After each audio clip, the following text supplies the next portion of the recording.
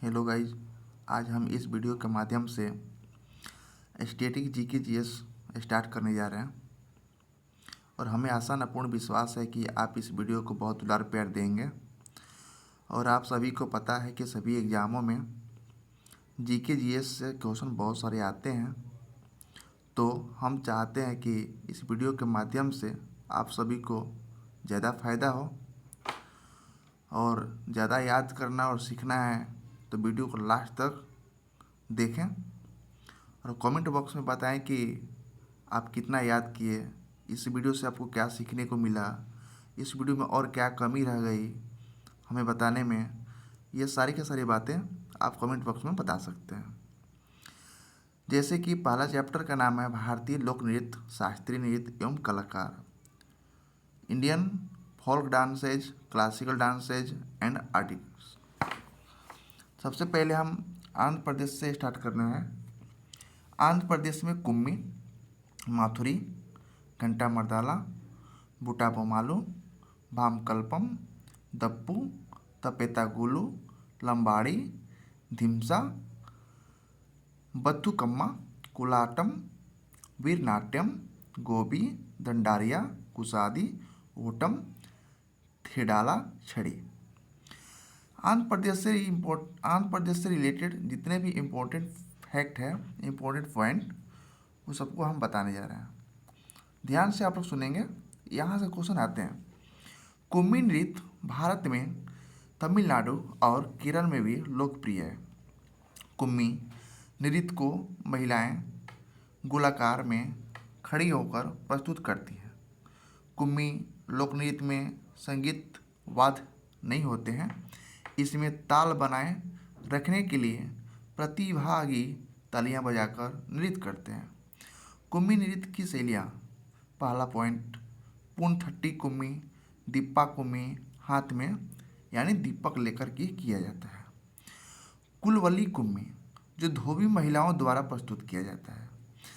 देखिए कितना इम्पोर्टेंट है, ब्रैकेट में बताया भी गया है। दीपा कुम्मी जो है ना, हाथ में दीपक लेकर। वही तीसरा पॉइंट में थूलवई कुम्मी, धोबी महिलाओं द्वारा प्रस्तुत किया जाता है। गोबी नृत्य विशेष तौर पर विवाहों में प्रस्तुत किया जाता है। इस नृत्य में कई संगीत वाद्य यंत्रों का उपयोग वाह वाह के सुर के साथ किया जाता है। यह नृत्य गुजरात के गरबा के रूप में प्रसिद्ध है। माथुरी नृत्य को माथुरी जनजातियों द्वारा प्रस्तुत किया जाता है, जो श्रावण वर्षा के दौरान प्रस्तुत किया जाता है। डंडरिया नृत्य रंग बिरंगे परिधानों में सजे पुरुष नर्तकों का एक समूह नृत्य के दौरान आसपास के गांवों का दौरा करता है, जहां उनका दिल से स्वागत किया जाता है। ये सभी के सभी हम आंध्र प्रदेश से रिलेटेड फैक्ट को बता रहे हैं, जितने भी नृत्य के बारे में है। वीरनाट्यम नृत्य भक्तिपूर्ण अनुष्ठान को समर्पित नृत्य है। इस समुदाय के लोग भगवान शिव के सीधे वंशज होने का दावा करते हैं। ध्यान से सुनेंगे इस पॉइंट को। वीरनाट्यम नृत्य भक्तिपूर्ण अनुष्ठान को समर्पित नृत्य है। इस समुदाय के लोग भगवान शिव के सीधे वंशज होने का दावा करते हैं। इस नृत्य में तंबूरा, सुलेन, ढोल, ताशा आदि का प्रयोग किया जाता है। यही छोटा छोटा जो पॉइंट है, यही छोटा छोटा पॉइंट से क्वेश्चन बनाए जाते हैं और वही चीज़ याद नहीं रहता है तो एग्जाम में हम लोग बैठते हैं तो अच्छा करके नहीं आते हैं तो हम लोग बोलते हैं कि आउट ऑफ सिलेबस है। तो आप लोग ध्यान से सुनेंगे ताकि वो नौबत देखने को ना मिले। बुट्टा बोमालू का अर्थ है टोकरी में खिलौने। देखिए, ये भी पूछा जा सकता है कि बुट्टा बोमालू का अर्थ क्या है, तो इसका अर्थ ये होगा टोकरी के खिलौने।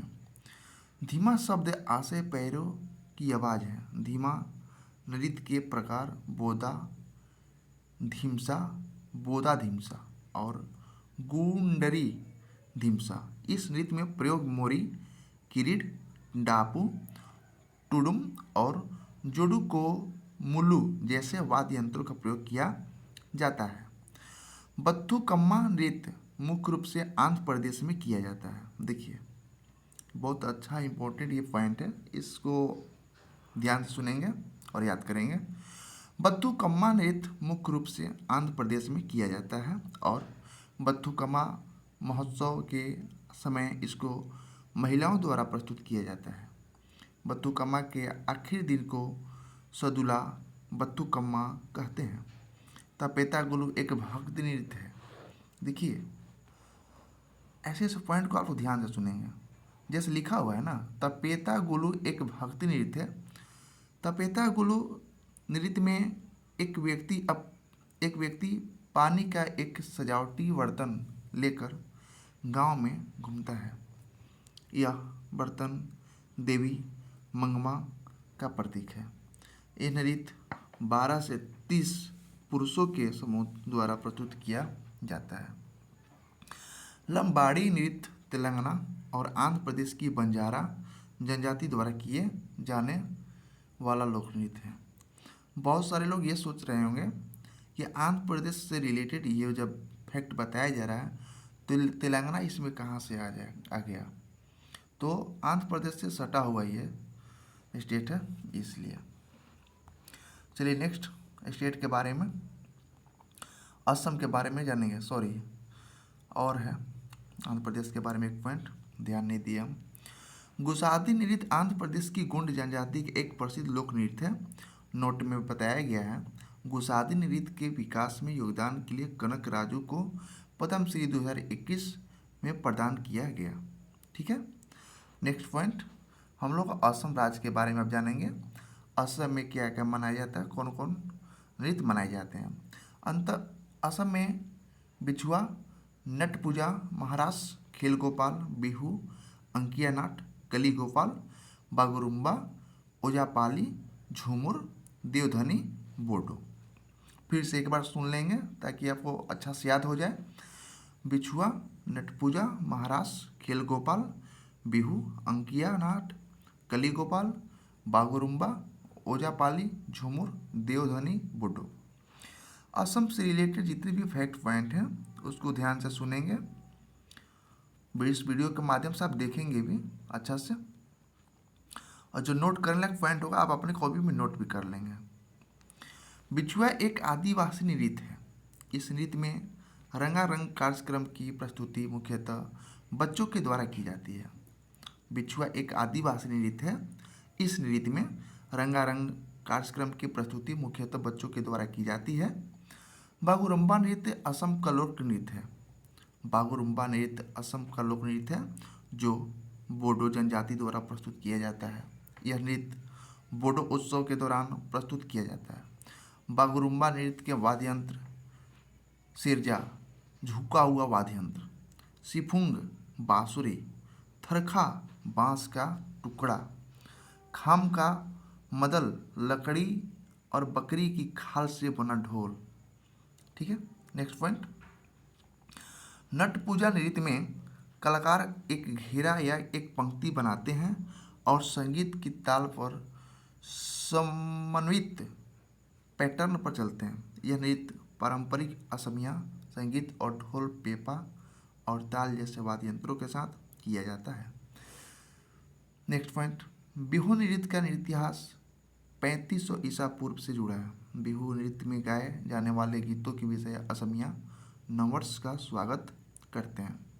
बिहू नृत्य में ताला, गोना, टोका और जुटली जैसे वाद्य यंत्रों का प्रयोग किया जाता है। बिहू नृत्य का विवरण। अप्रैल में रोंगाली बिहू, अक्टूबर में कुंगाली बिहू। ध्यान से सुनेंगे और याद भी करेंगे। अप्रैल में रोंगाली बिहू, अक्टूबर में कुंगाली बिहू, जनवरी भोगाली, मुर्गों की लड़ाई प्लस में भैंसों की लड़ाई जैसे खेलों का आयोजन किया जाता है। बहुत इंटरेस्टेड पॉइंट है ये वाला। जैसे अप्रैल में रोंगाली बिहू होता है, अक्टूबर में कुंगाली बिहू होता है और जनवरी में भोगाली, मुर्गों की लड़ाई वाह भैंसों की लड़ाई जैसे खेलों का आयोजन। Next point.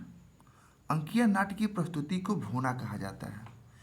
भोना किसको कहा जाता है, किस प्रस्तुति को भोना कहा जाता है, तो अंकीय नाट्य की प्रस्तुति को भोना कहा जाता है। ध्यान से सुनेंगे। अंकीय नाट्य महान असमिया संत और समाज सुधारक श्रीमंत शंकरदेव की रचना है। और ये भी क्वेश्चन बार बार कई एग्जामों में पूछा जा सकता है कि श्रीमंत शंकरदेव का संबंध कहाँ से है, तो असम से है। ठीक है।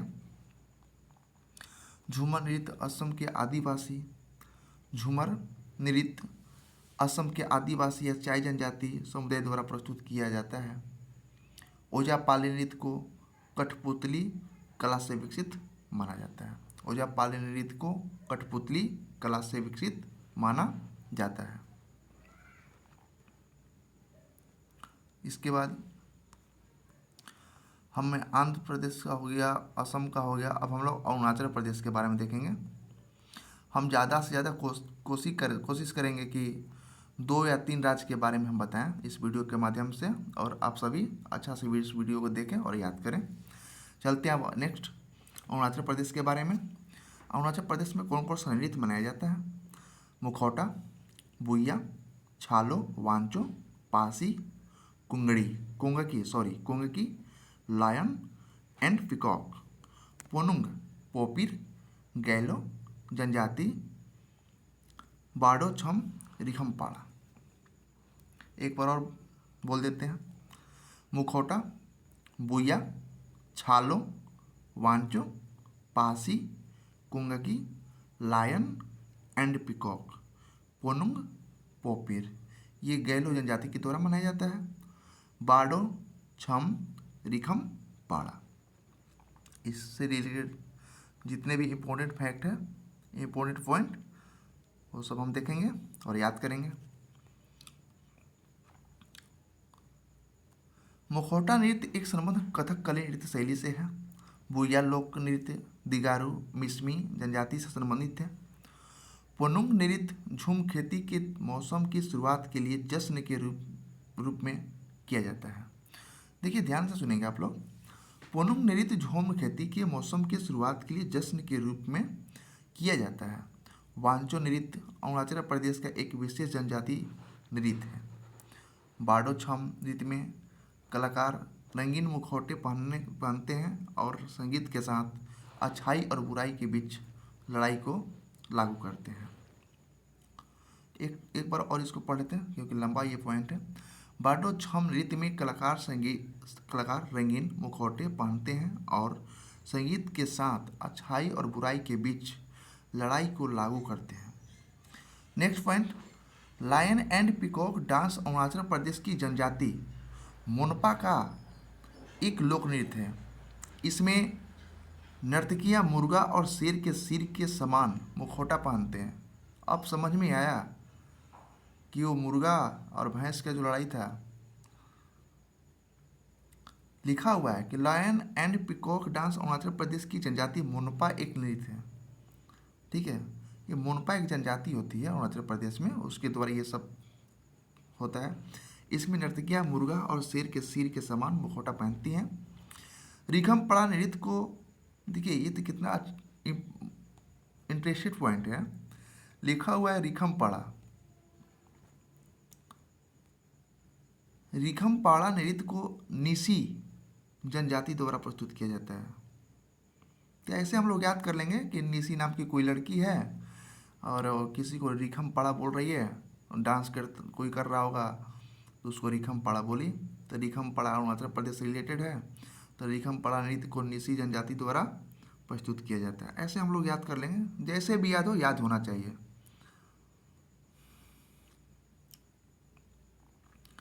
नेक्स्ट, अब हम लोग बिहार के बारे में देखेंगे।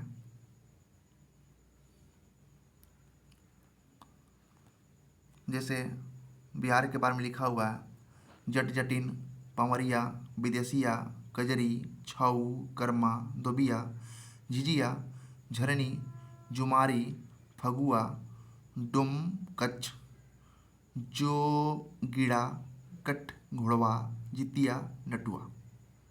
वाह। नेक्स्ट, बिहार से रिलेटेड जितने भी इम्पोर्टेंट पॉइंट हैं। विदेशिया वास्तव में एक प्रकार का नाटक है जो परंपरा और आधुनिकता, शहरी और ग्रामीण और अमीर गरीब जैसे विरोधाभासी विषयों से संबंधित है। इसकी रचना भिखारी ठाकुर ने की थी। ध्यान से सुनेंगे, इसकी रचना किसने की थी? भिखारी ठाकुर ने। जट जटिन नृत्य को युगल नृत्य के रूप में प्रस्तुत किया जाता है। जट जटिन नृत्य को युगल नृत्य के रूप में प्रस्तुत किया जाता है। इस नृत्य का मूल विषय जाट और जटिन की प्रेम कहानी है। ऐसी मान्यता है कि इस लोक नृत्य की उत्पत्ति मिथिला के राजा जनक के दरबार में हुई थी। वाह। जट जटिन नृत्य को युगल नृत्य के रूप में प्रस्तुत किया जाता है। इस नृत्य का मूल विषय जाट और जटिन की प्रेम कहानी है। ऐसी मान्यता है कि इस लोक नृत्य की उत्पत्ति मिथिला के राजा जनक के दरबार में हुई थी। नेक्स्ट पॉइंट, झुमरे नृत्य की समानता गुजरात के गरबा नृत्य से होती है। झुमरी नृत्य की समानता गुजरात के गरबा नृत्य से होती है। झिझिया नृत्य नवरात्रि उत्सव के दौरान प्रस्तुत किया जाता है। यह देवी दुर्गा के 3 रूप पार्वती, लक्ष्मी और सरस्वती के लिए समर्पित है। फिर से एक बार पढ़ सुन लीजिए आप लोग ध्यान से। झिझिया नृत्य नवरात्रि उत्सव के दौरान प्रस्तुत किया जाता है। यह देवी दुर्गा के 3 रूप पार्वती, लक्ष्मी और सरस्वती के लिए समर्पित है। नेक्स्ट पॉइंट, पाइका नृत्य का उद्देश्य नृत्य करने वाले योद्धाओं के शारीरिक उत्तेजना और गतिविधियों का विकास करना है। फिर से पढ़ देते हैं एक बार। पाइका नृत्य का उद्देश्य नृत्य करने वाले योद्धाओं के शारीरिक उत्तेजना और गतिविधियों का विकास करना है। इस वीडियो के माध्यम से आप लोग कितना सीखे और कितना याद किए आप लोग कमेंट बॉक्स में बता सकते हैं। और हमसे जो भी गलती हुई, क्या सुधार करना चाहिए, क्या नहीं करना चाहिए, सभी के बारे में आप लोग बताएंगे। धन्यवाद। जय हिंद, जय भारत।